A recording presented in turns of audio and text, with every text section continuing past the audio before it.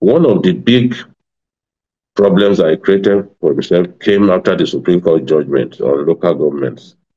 He saw it as an opportunity to install his people in the local governments and in the local council development areas.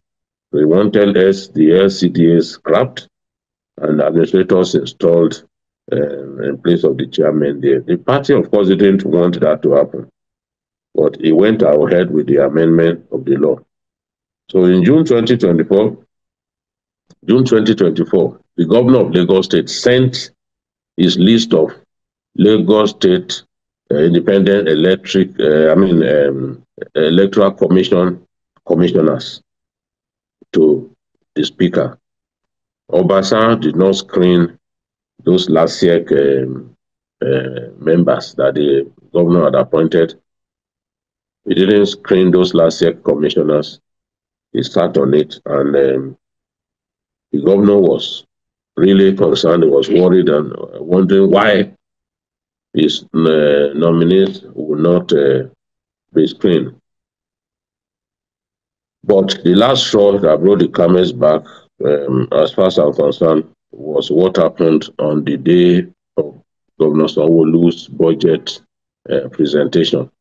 On that day, the GAC leaders, the Governor's Advisory Committee leaders, President Tinubu as governor created that group as a kind of advisory committee for him as governor, who will be advising him on what steps to take.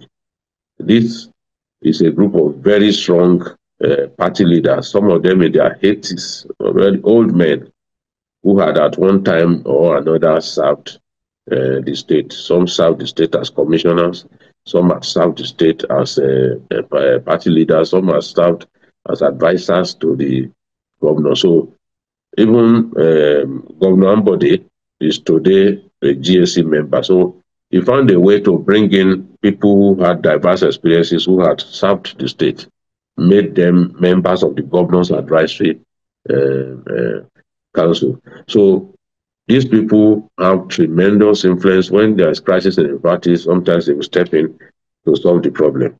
Remember when Obasa and Governor Ambode had issues over budget presentation, these GAC leaders, these old men and women stepped in and resolved the problem. But during the last budget presentation, Obasa kept the governor of Lagos State, the deputy governor, and these party leaders, these GAC members. He kept them waiting for hours. And when he eventually showed up for the budget presentation, he did not apologize to those leaders. And when the governor came in, for the first time in the history of Lagos State, as the governor came in, the lawmakers sat on their seats. Nobody got up to show respect to the governor as he was walking into the assembly chambers. Clearly, they had been instructed to so disrespect the governor. And this behavior was something that got many of the leaders angry because they had not seen anything like that. And there was someone who was speaking when the governor, one of the lawmakers was speaking when the governor walked in. Obasa told him to continue to speak.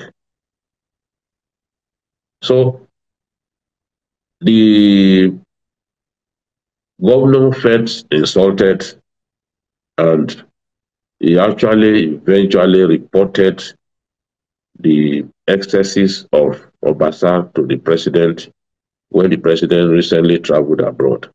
And he wanted to know whether the president approved of Obasa's consistent disrespect to his office and disrespect to party leaders. But the president made it clear to the Lagos governor that he had not told him to do the things that he was doing.